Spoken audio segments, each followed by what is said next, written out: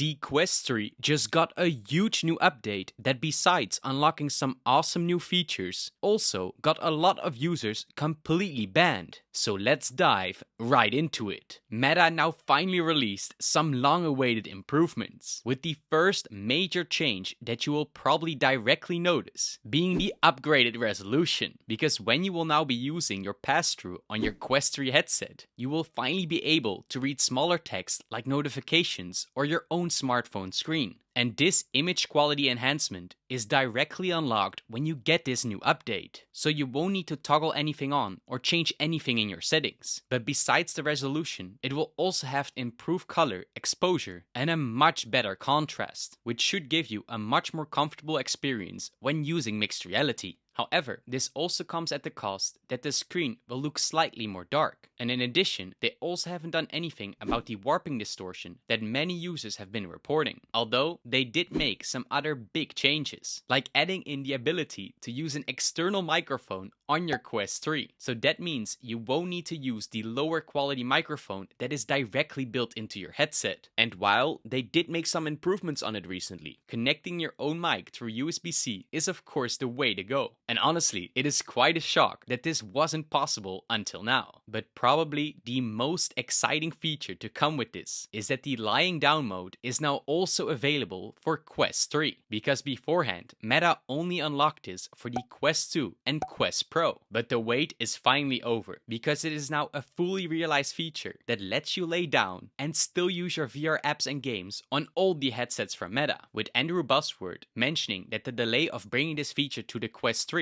was mostly related due to the new boundary setup that is not available on their older headsets. And another yet still important upgrade is that you can now also continuously cast to an external device even when you take your headset off, because previously this would completely make the screen go black. But besides all these long-awaited big features, we also have some really important news regarding to Quest users getting banned. This is because Meta announced a new age confirmation feature on all Quest platforms, which in addition of just asking for your real birthday, could also put up a hard barrier on younger users who do not fall into the right age group, because Meta is splitting it up into 3 different sections, which are adults, teens, and preteens. And while each of them has different settings and options regarding parental control, it is the new prompt from Meta that makes you re-enter your birthday that is getting people banned. Because for those who filled out the wrong date or even submitted it incorrectly, we'll have to verify it by submitting an official ID. And this is mainly done because Meta only wants to provide content that according to their guidelines is age appropriate. And not filling in your age at all will also get you temporarily banned until you do so. So keep that in mind. But that's not all that Meta had to announce, because they are now also officially discontinuing all Quest 1 support. This means that if you still own their original headset, that you won't be getting any new apps or updates that are coming out anymore. And while most developers already stopped making games for this headset a very long time ago, this now officially puts the final nail in the coffin for the Quest 1. With the only thing left is that they will still sometimes put out some bug fixes and security patches. But we also had some crazy VR game news, with Horizon Forbidden West getting VR support thanks to the legendary modder known as Luke Ross. And while we already got an official VR title from PlayStation known as Horizon Call of the Mountain, it is this mod that will let you play Horizon Forbidden West completely inside virtual reality. Now of course, the maker behind this has also created some other important mods like GTA 5 as well as Red Dead Redemption 2 for VR. So I honestly can't wait to dive into this one. And we also saw the release of a mixed reality experience based on the anime called Kaiju Decode, where you as the player will have to control a guardian named UKU in an arcade-style action rhythm game. With the unique side to it is that you have a story mode which includes original Japanese voiceovers, as well as a challenge mode where you can compete for scores with other players, while also including a special level when you clear all stages. So for those who love the original anime, you should definitely check this one out. And another big VR game known as VR Skaters SL is coming to the Quest headsets. While you might have already seen seen this on PC VR or the PlayStation VR 2 headset. The developers of VR Skaters now made a standalone version so that you can play it completely wireless. And while this version was originally thought to be a Pico exclusive,